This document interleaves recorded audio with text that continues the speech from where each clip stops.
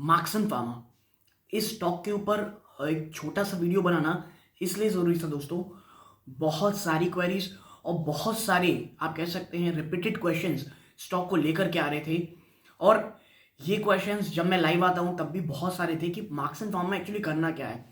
क्योंकि इसका रीज़न ये है, हर कोई अभी मार्क्सन फार्मा खरीदने की बातें कह रहा है। कई कह रहे हैं अभी दैट आने वाले समय में ये बहुत अच्छी तेज़ी दिखा सकता है। कईयों की इसकी वैल्यूएशन बहुत ज़्यादा चीप लग रही है। कई इसलिए भी खरीदना चाहते हैं सिर्फ कि स्टॉक सस्ता है।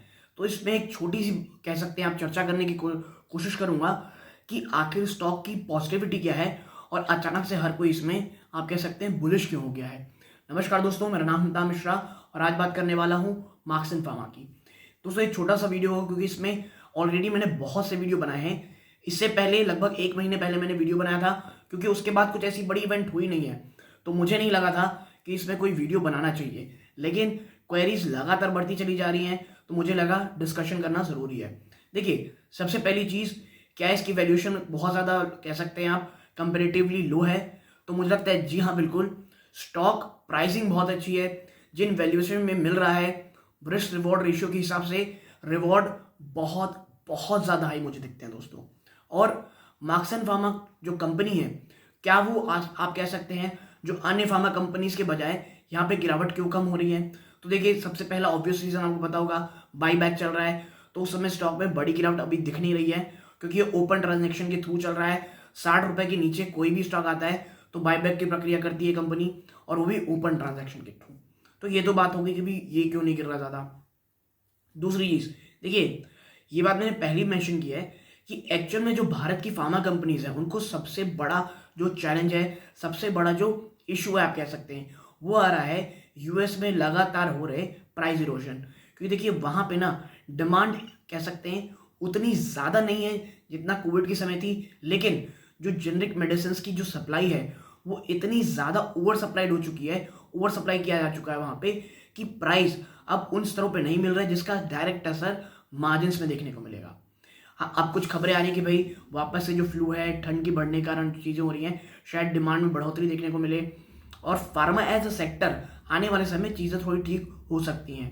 ठीक है, स्टॉक प्राइस इसलिए आप कह सकते हैं दोस्तों ज़्यादा नहीं भाग रहा तमाम फार्मा कंपनीज का, कि कोविड के समय में इतने ज़्यादा भाग चुके हैं स्टॉक। और आपको पता होगा स्टॉक जब बहुत ज़्यादा भाग जाते हैं तो एक बहुत लंबा समय, एक बफर टाइम आता है, यानी आप कह सकते हैं कंसोलिडेशन का समय आता है। तो अभी फार्मा कंपनीज वही देख रही हैं, ऊपरी स्तर से बहुत ज़्यादा गिरावट दिखा चुकी हैं और अब एक बेस बनाने की कोशिश कर रही हैं। और वहीं दोस्तों मार्क्सन फार्मा का जो बिजनेस है वो ओटीसी बिजनेस में ज़्यादा है, यानी वो दवाइयाँ जिसमें आपको प्रिस्क्रिप्शन नहीं लगता है, और वहाँ पे प्राइस इरोजन उतना ज़्यादा नहीं हुआ है दोस्तों।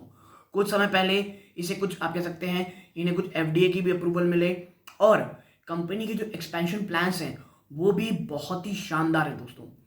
तो मार्क्सन फार्मा ऐसे कंपनी में कहीं कोई प्रॉब्लम नहीं है दोस्तों। गिरावट भी आप देखेंगे तो 62-65 के आसपास जाने के बाद वापस से कह सकते हैं आप रिवर्सल हुआ है। स्टॉक 60 के नीचे आकर के मेरे ख्याल से 58-59 के आसपास ट्रेड कर रहा है दोस्तों। मैं फिर कहूँगा करंट वैल्यूएशन में Marksans pharma is very good. और डिस्क्लोजर के रूप में बता दूं आपको कि मार्क्सन फार्मा में मेरी या मेरी फैमिली मेंबर की निवेश हो सकती है, और वो इन्वेस्टमेंट बहुत नीचे स्तरों पे है दोस्तों। ठीक है, तो मैं जब आपके साथ कह रहा हूँ कि भाई इसे खरीदना चाहिए तो डिस्क्लोजर में ये इसीलिए बता रहा हूँ कि भाई मेरी खुद की इन्वेस्टमेंट है। तो अगर आपको लगता हो सकता है कि भाई मैं कुछ आपसे, आपको ऐसा लगे कि मैं बायस होकर करके कुछ आपसे कह रहा हूँ कि भाई मेरी खुद की इन्वेस्टमेंट है इसलिए इन्फॉर्मेशन गलत दे रहा हूँ, तो आप वीडियो को छोड़ सकते हैं। आप डिटेल देखना चाहते हैं तो मार्क्सन फार्मा की आप मेरी 2-3 वीडियो देखें, आपको समझ में आएगा कि मैं कहाँ पॉजिटिव हूँ और कहाँ निगेटिव हूँ। मार्क्सन फार्मा में निगेटिव दोस्तों कुछ नहीं है, बस कंसर्न इस प्रकार का है कि जब हर कोई सिर्फ खरीदो खरीदो की बात कहने लग जाता है तब आपको थोड़ा सा सजग हो जाना चाहिए। और इन्वेस्टर के लिए सबसे अच्छा मौका तभी होता है दोस्तों किसी स्टॉक में निवेश करने का, जब स्टॉक बहुत बुरी स्तरों पे गिर रहा हो। और देखिए 39-40 के आसपास से स्टॉक काफ़ी अच्छा चल चुका है। ठीक है, और एक चीज़ क्लियर है, कोई भी बड़ी गिरावट एक खरीदारी का मौका होगी दोस्तों मार्क्सन फार्मा में। मार्क्सन फार्मा के लिए आने वाला समय Q3 का नंबर बहुत ज़्यादा इंपॉर्टेंट होने वाला है दोस्तों। क्योंकि मुझे नंबर से ज़्यादा ना दोस्तों, देखिए नंबर तो अच्छे आने ही चाहिए, नो डाउट नंबर अच्छे होने चाहिए, मार्जिन में थोड़ी इंप्रूवमेंट होनी चाहिए, तो स्टॉक को आप एक नया पुश मिलेगा तेजी का। लेकिन जो मेन चीज़ मैं देखना चाहता हूँ वो मैनेजमेंट की कमेंट्री है कि आखिर मैनेजमेंट आने वाले समय में किस तरह से आप कह सकते हैं प्लानिंग कर रहा है आगे बढ़ने की, मार्जिन्स को लेकर के क्या कहना है, फ्यूचर फोरकास्ट को लेकर के क्या कहना है, ये तमाम चीज़ें मैं देखना चाहता हूँ। तो यदि आप कह सकते हैं स्टॉक में निवेश करना चाहते हैं, पुराने में निवेशित हैं, प्लीज़ बने रहने की कोशिश कीजिएगा। नया इन्वेस्टमेंट कर रहे हैं, याद रखिए Q3 के नंबर्स आ रहे हैं, और यदि Q3 के नंबर्स कहीं कमज़ोर होते हैं दोस्तों तो बाजार शेयर को पनिश करेगा, बट वो एक खरीदारी का मौका होगी दोस्तों फॉर अ लॉन्गर टर्म। और मार्क्सन फार्मा दोस्तों ऐसा कंपनी मुझे कहीं कोई डाउट नहीं है, बहुत शानदार कंपनी है, मैनेजमेंट बहुत अच्छी है दोस्तों, सबसे अच्छी चीज़ जो मुझे लगती है। तो आपको इशू करने की कहीं कोई ज़रूरत नहीं है। जो इसमें वीडियो न बनाने का मेरा प्रॉब्लम ये था कि कईयों को लगा था कि मैं शायद निकल गया हूँ, तो ऐसा नहीं है दोस्तों, स्टॉक में इन्वेस्टेड हैं, क्योंकि ऐसी कोई ट्रिगर ही नहीं है दोस्तों जिसकी चर्चा की जा सके। देखिए स्टॉक में आप कह सकते हैं जब तक कुछ ऐसा ना हो जाए जो वीडियो बनाने लायक हो पूरा अच्छे से, तब तक नहीं बनाना, मैं बनाना नहीं पसंद करता हूँ। और करेंटली आप देखेंगे 62 to 65 इसके लिए एक ह्यूज रेजिस्टेंस है दोस्तों, रेजिस्टेंस है। और निचले स्तरों में 52 to 55 मुझे लगता है एक बहुत ही ज़्यादा इंपॉर्टेंट सपोर्ट है, और जिसे ये मुझे नहीं लगता दोस्तों नॉर्मल सिनेरियोस में टूटेंगे। इवन अगर थोड़ी नेगेटिविटी भी होती है तो भी मुझे नहीं लगता ये 52 के लेवल को तोड़ेगा। कुछ बहुत बड़ा आप कह सकते हैं या तो ब्लैक स्वॉन इवेंट ना हो जाए, तब तक कहीं कोई बड़ी गिरावट मुझे स्टॉक में नहीं दिखती दोस्तों, ठीक है। तो यदि आप दोस्तों स्टॉक में निवेशित हैं, आप निवेशित रह सकते हैं। और अगर कोई नई निवेश करना है तो देखिए ये कोई बाइंग और सेलिंग की रिकमेंडेशन नहीं है, वित्तीय सलाहकार से सलाह लें दोस्तों, और समझें कि क्या आपके रिस्क एपेटाइट को सिर्फ सस्ता है इसलिए बहुत बड़ी मात्रा में नहीं खरीद लें दोस्तों। क्योंकि मैं आजकल ये बहुत ज़्यादा देख रहा हूँ कि स्टॉक में लोग बहुत ज़्यादा बुलिश हैं और बहुत बड़ी बड़ी क्वांटिटी में निवेश करने की सोच रहे हैं दोस्तों, ये एक डेंजरस साइन होता है। हाँ, एक पोर्टफोलियो का डिसिप्लिन हिस्सा लें, उसमें स्टॉक को आप रख सकते हैं, क्योंकि स्टॉक बहुत बहुत ज़्यादा अच्छा है दोस्तों। तो वो जो क्वेरीज निकल के आ रही थी कि आगे के 2-3 सालों में टारगेट क्या होंगे, देखिए 3-4 साल में तो कंपनी को जिस तरह से चल रही है इसको तो मुझे लगता है काफ़ी अच्छे, एटलीस्ट आपको 100% का रिटर्न मिलना चाहिए। लेकिन देखिए हर क्वार्टर दर क्वार्टर स्टॉक के कह लीजिए रिजल्ट को एनालाइज करना पड़ता है।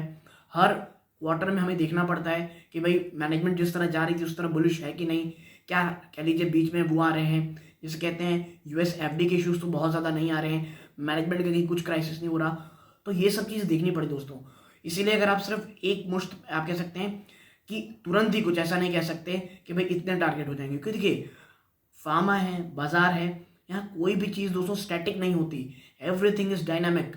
चाहे वो शेयर प्राइस हो, चाहे वो ब्रोकरेज रिपोर्ट हो, आप देखते होंगे ब्रोकरेज बहुत ऊपर ऊपर की रिपोर्ट देते हैं, अचानक से कुछ खराब न्यूज़ आती है, अचानक से कुछ बिजनेस एनवायरनमेंट में चीज़ें चेंज होती हैं, तो वो अपना जो चुपचाप से अपना जो टारगेट प्राइस है उसे ऊपर नीचे कर लेते हैं।